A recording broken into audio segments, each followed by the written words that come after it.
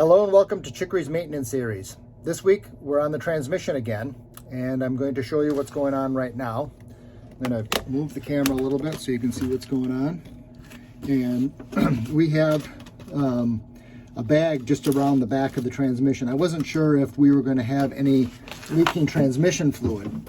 But one of the things that you can see here, it's a little bit in the way, but from this bolted portion back, this is the reduction gear, and everything in front of it, sorry about hitting the camera, is the 1-to-1 gear ratio that allows the transmission to go into forward and reverse. So this is the reversing gear and reduction gear. I'm going to take off the reduction gear, and my plan is to rebuild this. Everything in the reversing gear should be fine, and we'll talk about that in a minute, but right now I'm just going to work on this. Because I'm going to be removing this, I want to put the coupler, old coupler, back on with the old nut, and I'm doing that just because I want everything held together while I remove the reduction gear. So I'm going to do that right now.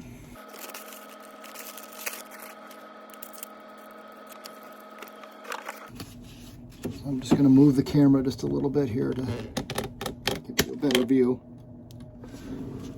Okay, so I'm going to slide the coupler back on, and I just have to rotate it enough to slide on to the spline, and then I pushed it hard enough to make it past the oil seal, and then I took the nut and I cut the silicone. If you remember from the last video, I was having trouble, it kept on springing back, and that's just because there was a bunch of RTV here. So I'm just going to thread this on, just so the coupling is there where I need it. And I think that's good enough right now. So now I'm going to start working on removing the 9/16 and 5/8 inch bolts that hold on the reduction gear. Okay, so I'm just repositioning the camera so you can get a better view. There's two 5/8 inch bolts at the bottom of the reduction gear, and the balance of them are 9/16. You have to take the 5/8 off first.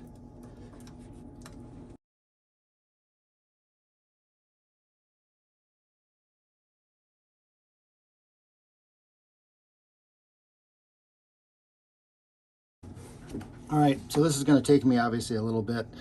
I'm going to shut off the video because I'm chewing up battery time. I'll get back with you when I'm a little further along. Okay, so I have all the bolts off except one, so I'm going to pull that one off now.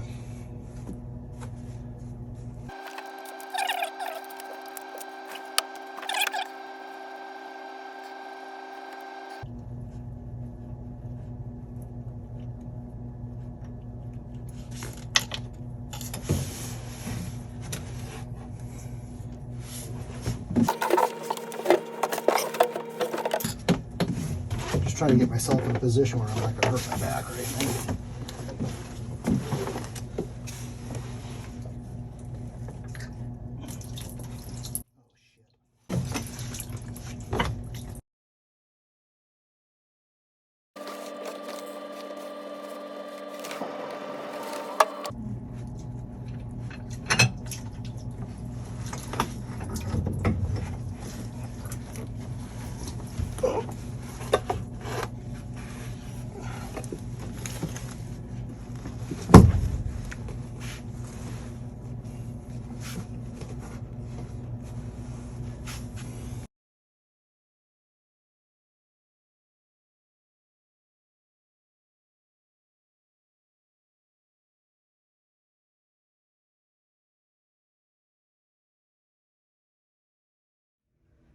Okay, so I'm just showing you the next step. I have the reduction gear out. I'm just putting it in a plastic container here so that I can bring it out onto the aft deck and take a look at it.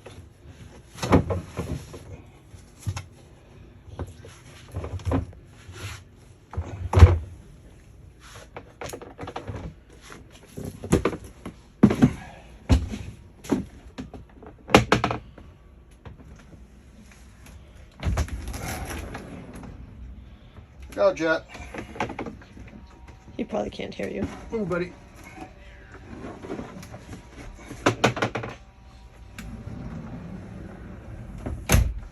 I'll get that up on the generator enclosure and I'll show you where we are. Okay, so I'm out here. I have the reduction gear and I've got some diapers here. I'm just gonna pull this out for a minute. Move this out of the way. So this is a planetary gear set. I'm just going to flip this on its end and hold it a little bit. And I'm going to take off this nut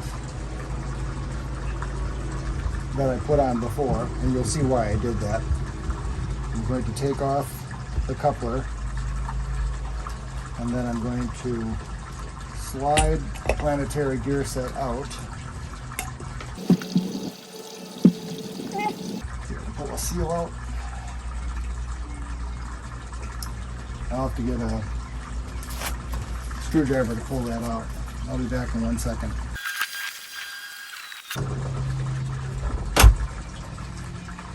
So I'm just pulling out the seal.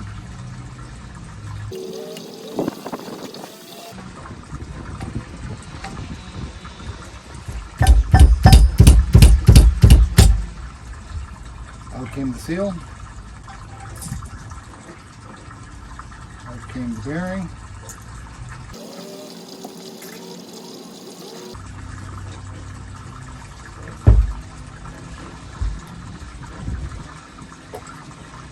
So there's just 2 bearing races left in there, outer race for each one, but reduction gear is out.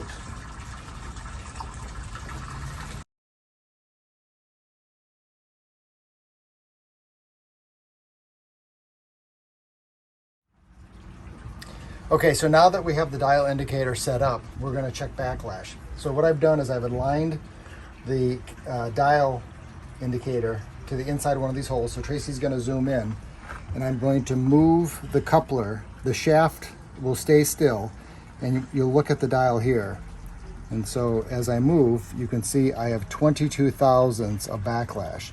So what that means is the coupler can move 22 thousandths, and the shaft will not move at all.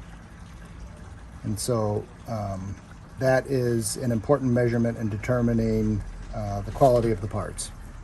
So I'll get back to you in a second. So if you're a watcher of my videos, you've seen me use this gear bearing splitter puller before. So I'm just going to pull off this bottom bearing. And I'm just cranking it down.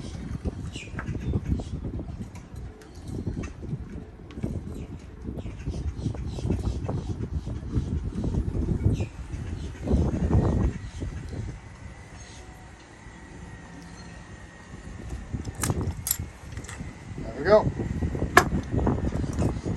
So I got both bearings off. I'll be back in 1 minute. Well, I'm back, and I'm just going to give you some information about this. So this is called a planetary gear set, and I thought you might be interested in kind of understanding. So on the transmission, there's a sun gear, which comes out of the output part of the reversing gear. And then there is a ring gear that goes around here that makes contact with these planetary gears, and these are called planet gears, and that's why this is called a planetary gear set. So the sun gear spins around at 1-to-1 ratio, and that sun gear is 2.19 times the size of these planet gears. And so what happens is the ring gear around the outside is fixed, and when the sun gear spins, it actually spins this entire carriage like this, and it produces a reduction of 2.91 revolutions for every revolution of the sun gear to the output of this shaft. This particular part is very expensive, and you saw earlier in the video that I measured 22 thousandths of backlash. So that 22 thousandths of backlash was out really far out with the holes. I did the mathematical calculations, and if you actually move that calculation into here, it's 88 10,000ths. And so I contacted Hale Marine, which is the company I bought all of the bearings and the coupler and the seal from, and I sent him a picture of this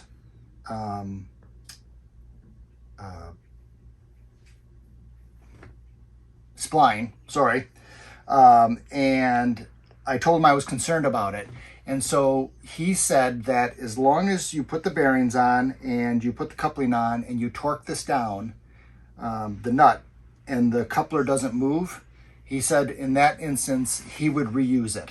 So I've pulled off all of the bearings and I've confirmed that this does not move once I torque down the bolt. So I am going to reuse this gear set with this shaft, and I'm going to start the assembly process now. So hang in there.